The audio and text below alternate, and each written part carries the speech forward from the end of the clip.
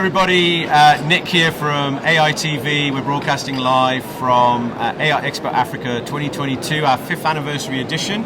It gives me great pleasure to welcome Greg from Blue Prism, one of the global RPA leaders on the planet.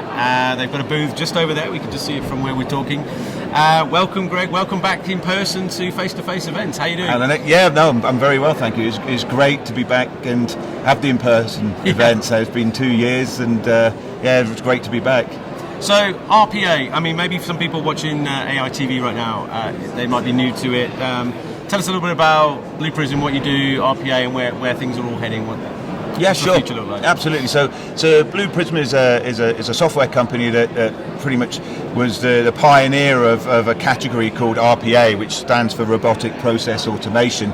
And essentially, effectively what that is using software which we call digital workers, or some people call robots, to typically plug the gaps in large companies where technology doesn't quite talk to each other, and we see that everywhere. There's thousands of systems, so in order to get work done, typically you have human beings filling in those gaps, and quite often it's very laborious work, or just moving data from one system to another, data entry, or just reconciling invoices and things like that. So typically not the things a human is good at or enjoys doing. So we created the software that can do that automatically to free up humans to do what they're great at, and humanistic type behaviours. So we've been predominantly in South Africa since 2017. Many of the large organisations in South Africa do use Blue Prism, especially in financial services. So the likes of Nedbank, First Rand Group, big users of Blue Prism. But that was like phase one. I call it RPA phase one, and it still has a lot of value, and talked to lots of clients that still could do a lot on that low-hanging fruit of the journey. But we're now seeing that really people are moving much more into dealing with these more complex use cases, much more higher value outcomes for the business. And in order to do that, we need to start to move into this new world, AI, advanced analytics, or machine learning, and all of these other complementary technologies that work with something like Blue Prism, which works with structured data and rules. It's the doing, the arms and legs of the human, if you will, of the human, but it's not the brain, it's not the thinking piece, the decision-making part. And when we come to an event like this, there's all sorts of new exciting technology that actually complements Blue Prism. But what it actually does is it can answer a much more complex business problem, which what it's all about. Yeah, so I mean, I guess as I've seen it, the industry is moving to what's known as intelligent automation. That's basically what you've just been talking about, right? And I suppose there's a few, maybe call them buzzwords, if you will. Intelligent automation. You'll also hear hyper automation, which seems to be the latest one now. They've moved to hyper automation, and there'll be another one next year. But that collection is basically, it's becoming more intelligent. And hyper, they're trying to do it much quicker. Right. One of the things we've seen in the beginning was, there's a lot of change management issues. It can take quite a long time to actually start to get these changes in place.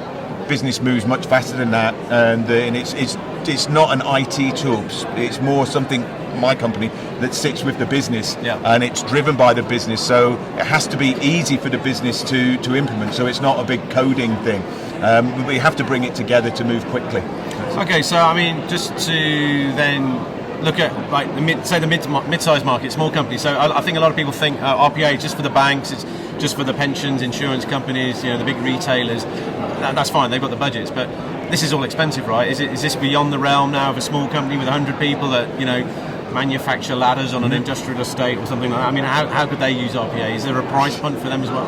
There absolutely is, and there's many different ways in which this type of automation can be embedded and actually manifest itself within businesses. So when you're automating large parts of a business process, then yes, a very large company that has lots of people will always benefit hugely from it. So that's why we do see those types of companies using it.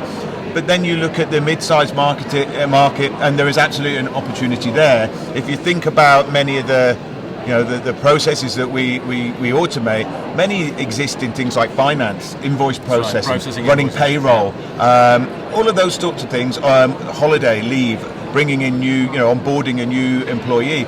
These are still tasks that a medium-sized business absolutely has to do.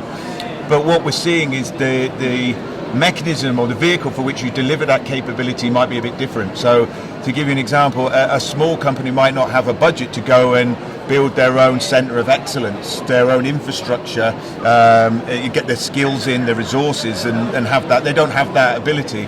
What they would have is they'd like to go to a partner or a provider that can offer a cloud service that can do payroll for them.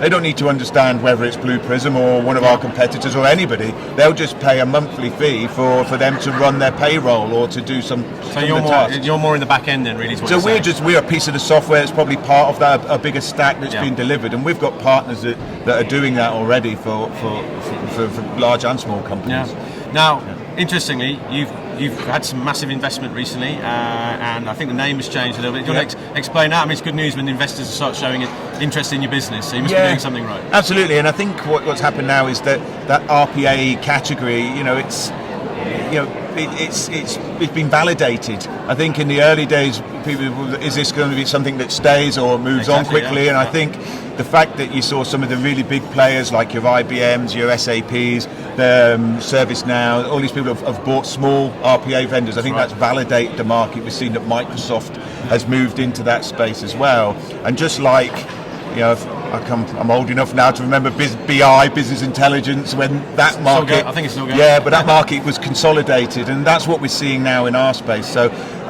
you're either going to become part of a big company, or you're going to get acquired or something. And SS&C is a 5.6 billion organisation based in the US, which is I think the world's largest hedge fund administrator, who's very strong in financial services and healthcare.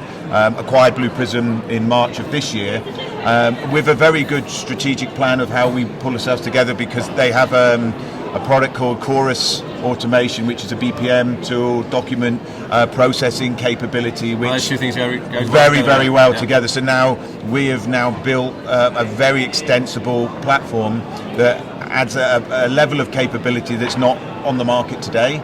I think we've seen that in the latest Gartner report. There was a big jump for Blue Prism in that. It was based on that. But we're also, we're really starting to see that, come to the front now as we bring that to the market. Well, Greg, it's great to see you back. It's great to be back. Yeah, absolutely. It's brilliant to be here. And wishing you well for the rest of the year and onward to success after the investment and the name change. We'll put the link in the description below. But signing off from AITV, and we'll see you next year. Cheers.